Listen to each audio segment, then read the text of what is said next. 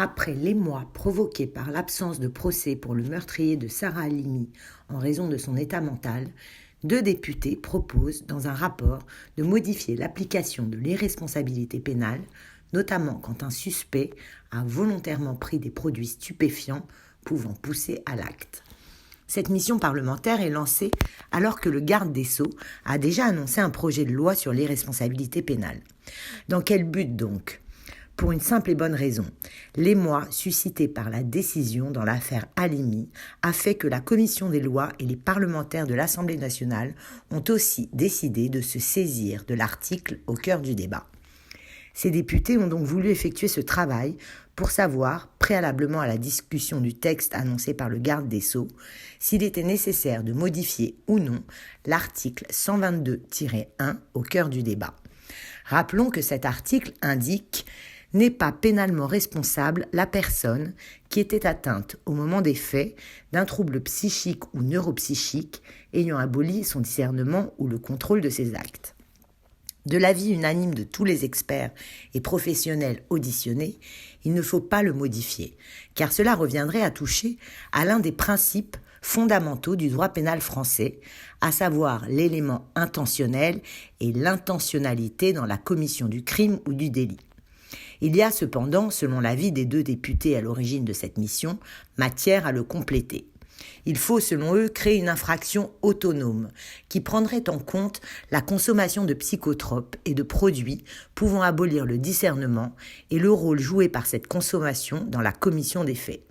Alors, quelle serait cette infraction autonome ? Il faudrait permettre de déterminer le rôle joué par la prise de stupéfiants. Il y a des hypothèses, et on la connaît en matière de terrorisme, de personnes qui, pour se donner du courage, prennent certains produits de nature à abolir ou altérer totalement leur discernement pour passer à l'acte. Donc, cette prise de stupéfiants s'inscrit dans un projet criminel et n'est que l'un des éléments constitutifs de ce projet criminel.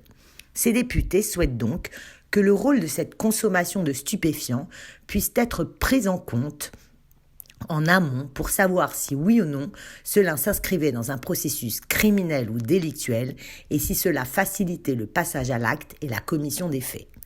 Et dans ce cas-là, des poursuites pourraient être engagées. Bien sûr, cela ne va pas être probablement facile à établir pour la justice, pour les experts. Mais de toute façon, d'ores et déjà aujourd'hui, la question de l'altération ou de l'abolition est quelque chose d'extrêmement discuté. Et on l'a hélas bien vu dans l'affaire Sarah Halimi. Il y a des courants de pensée différents dans la médecine, on n'a pas de référence à une science exacte. Il ne faut pas que l'on puisse dire, comme cela a été probablement dit à tort dans le cadre de l'affaire Halimi, qu'il suffit d'avoir fumé un joint pour passer à l'acte et ne pas être condamné. Une amélioration du travail de l'instruction et du temps judiciaire à faire pour tenter de parvenir à des solutions qui soient à la fois compréhensibles et acceptables pour la société, mais surtout acceptables pour l'ensemble des victimes de ce type de fait est primordiale. En attendant les suites de cette mission parlementaire, le ministre de la Justice a déjà envoyé son propre texte au Conseil d'État pour avis. Cela devrait aller dans un sens convergent donc vers la création de cette infraction autonome consistant à prendre en compte l'usage volontaire de stupéfiants dans l'abolition du discernement.